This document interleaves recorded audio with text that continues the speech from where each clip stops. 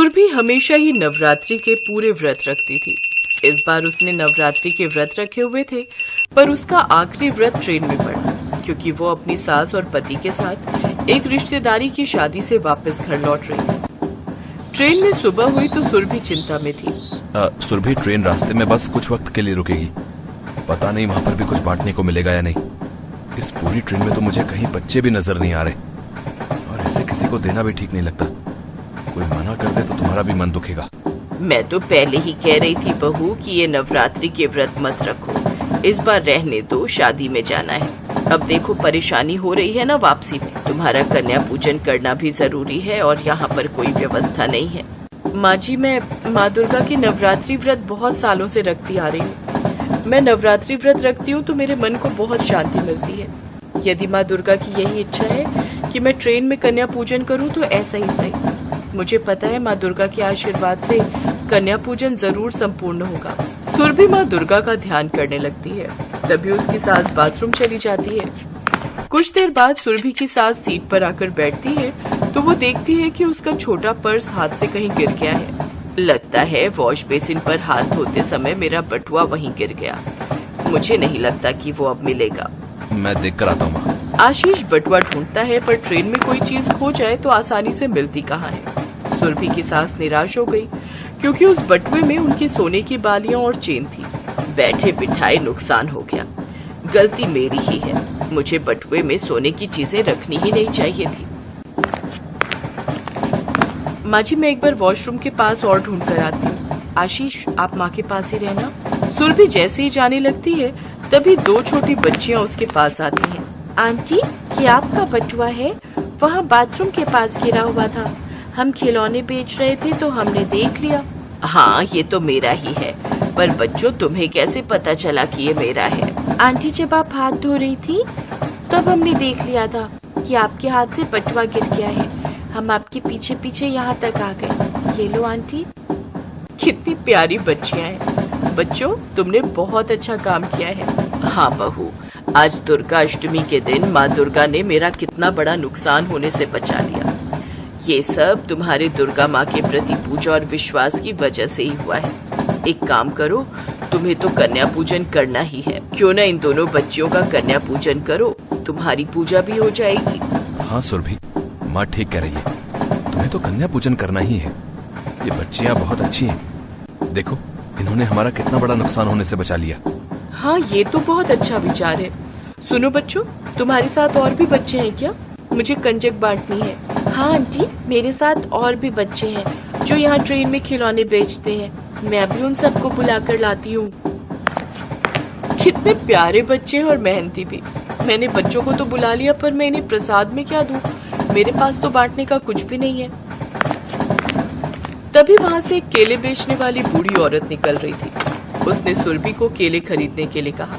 बेटी, केले खरीद लो, आज कन्या पूजन है, कन्याओं को इसका प्रसाद बांट दो।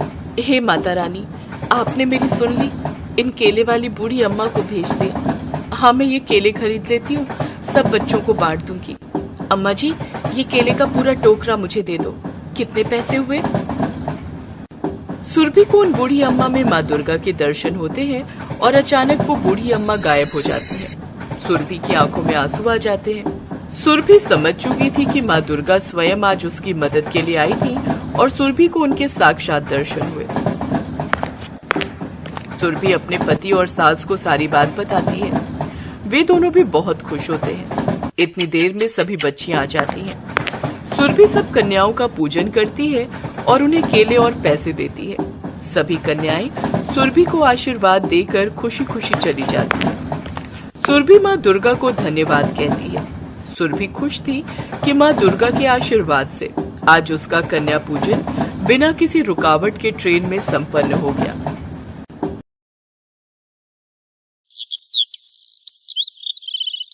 कहते हैं बहनों के बीच में प्यार का अटूट रिश्ता होता है, लेकिन ये कलयुग है और कलयुग में तो प्यार पैसा देखकर ही किया जाता है। ऐसे ही एक गांव में एक गरीब किसान के घर 3 बेटियां पैदा हुई थी। किसान ने तीनों का नाम रितु, राखी और रीना रखा था। लेकिन तीनों बेटियां जब 18 साल की हो गईं, तब वो किसान और उसकी पत्नी एक एक्सीडेंट में मारे गए। तीनों बेटियां अनाथ हो गई। अब इस दुनिया में हमारा कोई नहीं है। पिताजी हमारे लिए कितनी मेहनत करते थे, अब हमें कौन खाना खिलाएगा, हम क्या करें। तीनों एक दूसरे को पकड़कर रोने लगे। फिर 2 दिनों के बाद रितु ने कहा, राखी रीना, हमें शादी कर लेनी चाहिए, तभी हमें इस गरीबी से मुक्ति मिलेगी। लेकिन हमसे शादी करेगा कौन? हम तो दहेज भी नहीं दे सकते। तो क्या हुआ, आजकल के लड़के लड़की देखते ही फिदा हो जाते हैं। बस अमीर लड़कों को प्यार के जाल में फंसाकर शादी कर लो, बात खत्म। लेकिन रीना को ये बात पसंद नहीं आई। उसने कहा, नहीं नहीं, किसी और के भरोसे क्यों रहना है, हम खुद करेंगे कुछ। तू पागल है क्या रीना? कुछ करने में सालों लग जाएंगे, शादी करने से सब कुछ बना बनाया मिल जाएगा। लेकिन रीना इस बात को मानने के लिए तैयार नहीं थी।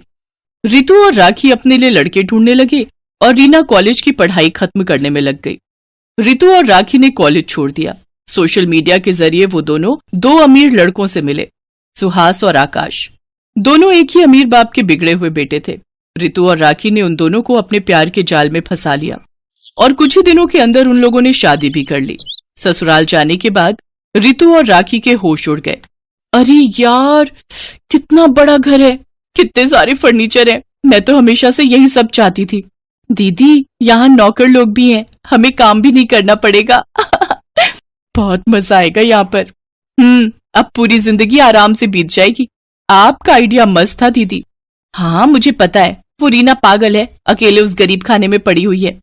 रहने दो उसे, पूरी जिंदगी भर वो गरीब ही रहेगी। वो दोनों अपने पतियों के साथ खाना खाने बैठ गए। खाने में चिकन, मटन, पनीर सब कुछ था। रितु और राखी ने पेट भर कर खाना खाया। उधर गरीब झोपड़ी में रीना चावल में पानी मिलाकर खा रही थी। घर में वो बिल्कुल अकेली थी। उसकी आंखों से आंसू टपक रहे थे। आज पहली बार मैं इस घर में अकेली हूँ। पता नहीं वो दोनों अभी क्या कर रहे होंगे। हे भगवान, वो दोनों बस खुश रहे। खाना खाने के बाद वो पढ़ाई करने बैठ गई। अगले दिन वो कॉलेज गई। प्रिंसिपल ने उससे कहा, रीना, तुमने 2 महीने से कॉलेज की फीस नहीं भरी, कब भरोगे पैसे?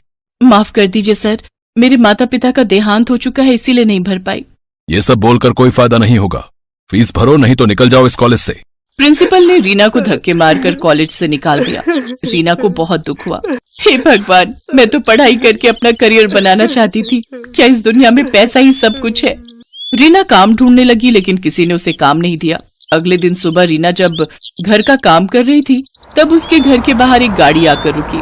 गाड़ी में से रितु और राखी बाहर आई।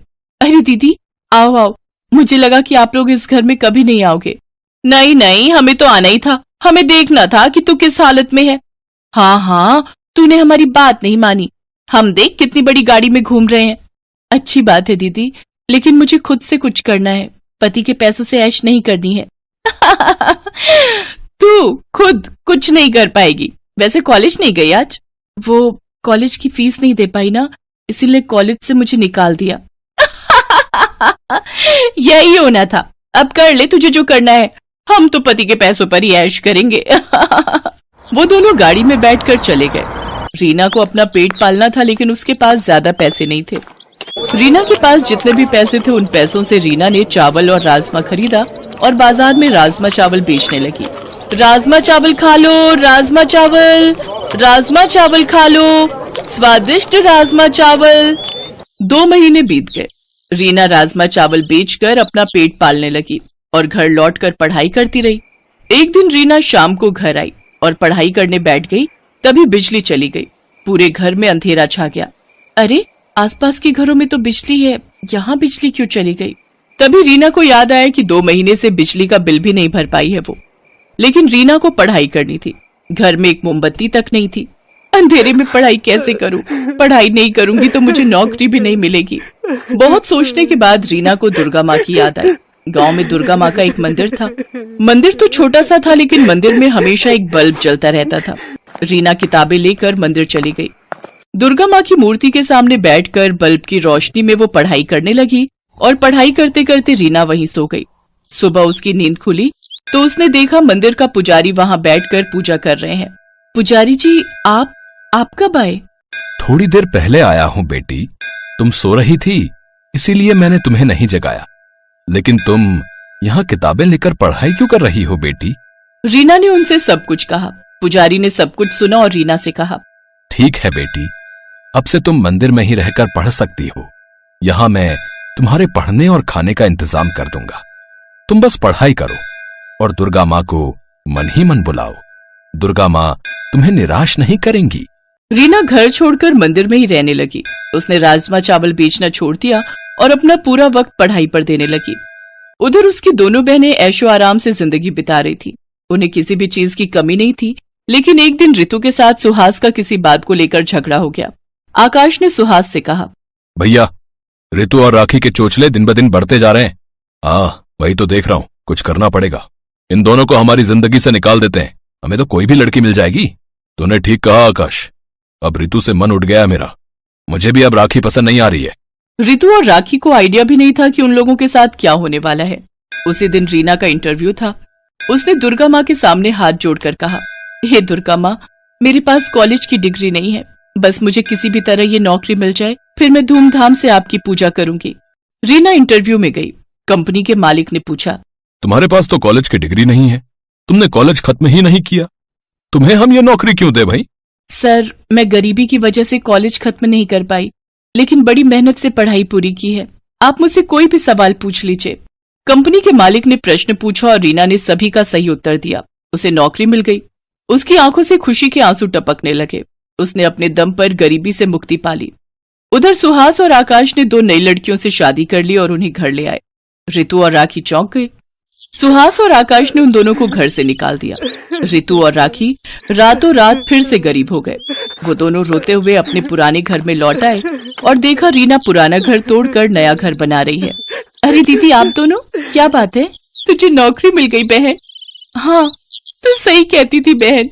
खुद के दम पर ही अमीर होना चाहिए। हम गलत थे। कोई बात नहीं दीदी, अब हम तीनों एक साथ रहेंगे। आप दोनों पढ़ाई शुरू कर दीजिए, बाकी मैं देख लूंगी। तीनों एक साथ रहने लगे। रितु और राखी पढ़ाई करने लगी और उन दोनों को भी नौकरी मिल गई। तीनों ने मिलकर बड़े धूमधाम से दुर्गा माँ की पूजा की और इस तरह तीनों बहनें अमीर हो गईं। Best buddies. Hello friends. Thanks for watching this video.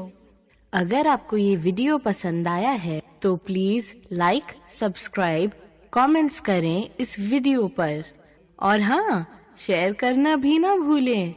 और भी मजेदार वीडियो देखने के लिए नीचे दिए गए बेल आइकॉन को दबाएं। देखते रहिए बेस्ट बडीज।